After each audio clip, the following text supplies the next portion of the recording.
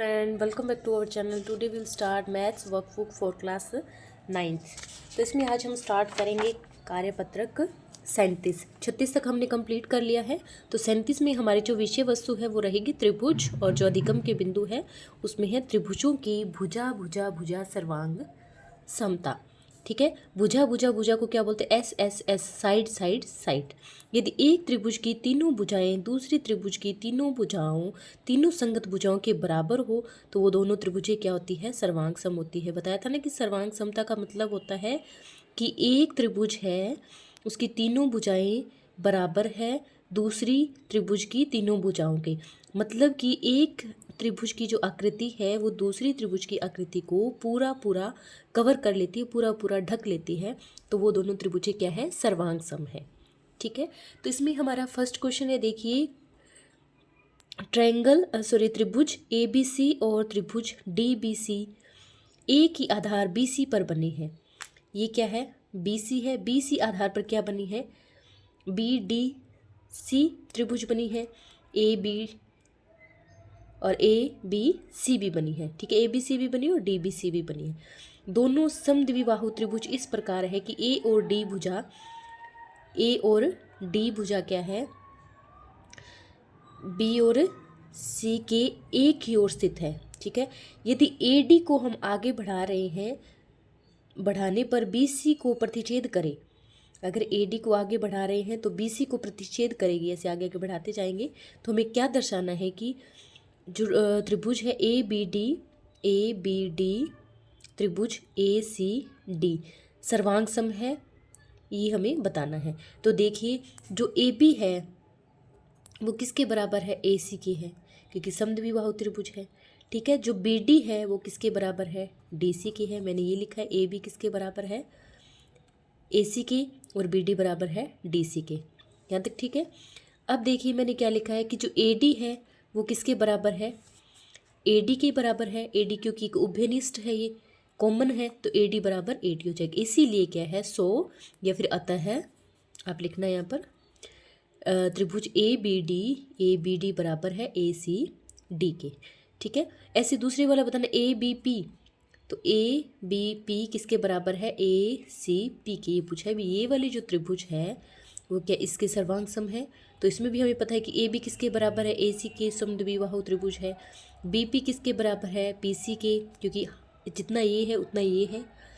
ठीक है, और AP क्या बराबर है? AP के, क्योंकि उभयनिष्ठ है, ये उभयनिष्ठ भुजा है। उभयनिष्ठ मतलब कॉमन भुजा है, इसीलिए अतः जो त्रिभुज है ABP सर्वांग सम है किसके? त्रिभुज ACP के।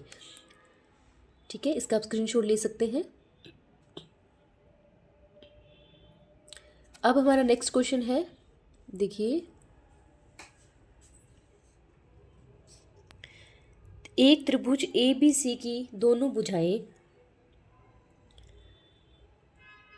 AB और BC तथा मध्यिका AM क्रमशः एक दूसरे त्रिभुजों की भुजाओं PQ और QR तथा माध्यिका PN के बराबर है। तो आकृति को देख के दर्शाना क्या है हमें? ABM किसके बराबर होने चाहिए? PQN के सर्वांग सम है क्या, ये पूछा है। इसके बाद ABC किसके सर्वांग सम? PQR के, ये हमें बताना है। तो AB हम आराम से बता सकते हैं कि जो PQ है वो किसके बराबर है? AB के। मतलब AB किसके बराबर है? PQ के। BC किसके बराबर है? QR के। और AM है वो किसके बराबर है? वो PN के। तो इसीलिए त्रिभुज ABM सर्वांग सम है किसके?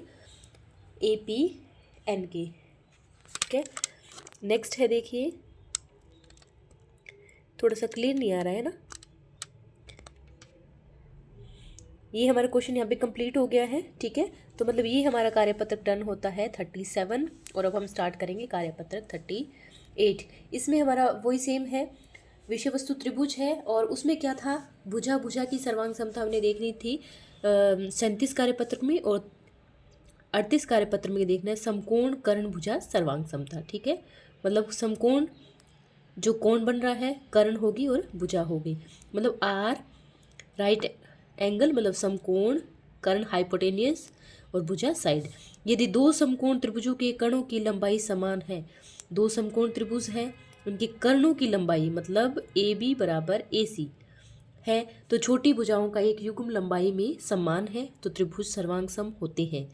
तो हमारा फर्स्ट क्वेश्चन क्या कहता है, देखिए ए बी सी एक समद्विबाहु त्रिभुज है जिनमें ए बी बराबर क्या है ए सी, ठीक है, और ए पी किसके परपेंडिकुलर है, ए पी जो परपेंडिकुलर है वो है बी सी के, और ए पी परपेंडिकुलर किसके है बी सी के। तो दर्शाना क्या है, कोण बी बराबर कोण सी।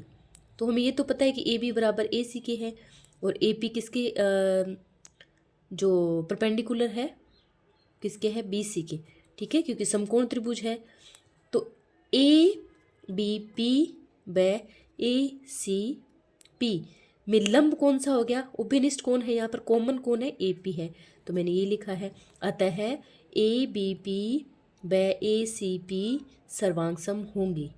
तो क्यों होंगे, इसी होंगे तभी क्या होगा, कोण बी बराबर होगा कोण सी के। ये हमने सॉल्व कर दिया है। अब हमारा नेक्स्ट क्वेश्चन देखिए,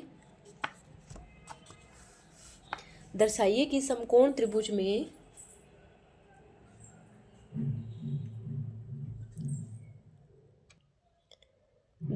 समकोण त्रिभुज में कर्ण सबसे लंबी भुजा है। ये हमें बताना है कर्ण कैसे सबसे लंबी भुजा है।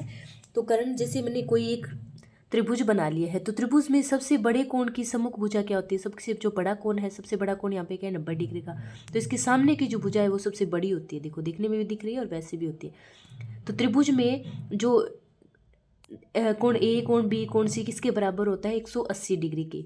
तो ए बी सी क्या एक समकोण त्रिभुज है यहाँ पर, इसलिए ए कितना यहाँ पर 90 डिग्री है, मतलब अर्थात क्या है यहाँ पर समकोण है। तो कोण ए प्लस कोण बी प्लस कोण सी किसके बराबर हो गया 180 डिग्री के, ठीक है। अब क्या करेंगे, कोण ए यहाँ पर कितना 90 डिग्री, तो 90 पुट करेंगे, कोण बी प्लस कोण सी बराबर 180। तो कोण बी प्लस कोण सी बराबर क्या आ गया 180, ये इधर जाके माइनस का हो जाएगा, माइनस मतलब घटा 90।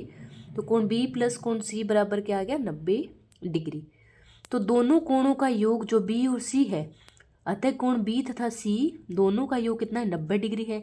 अगर दोनों का 90 डिग्री तो पीछे क्या बच गया हमारे पास 90 और बच गया। इट मीन्स क्या है, जो कोण ए है वो 90 डिग्री का है तो ये सबसे बड़ा कोण है।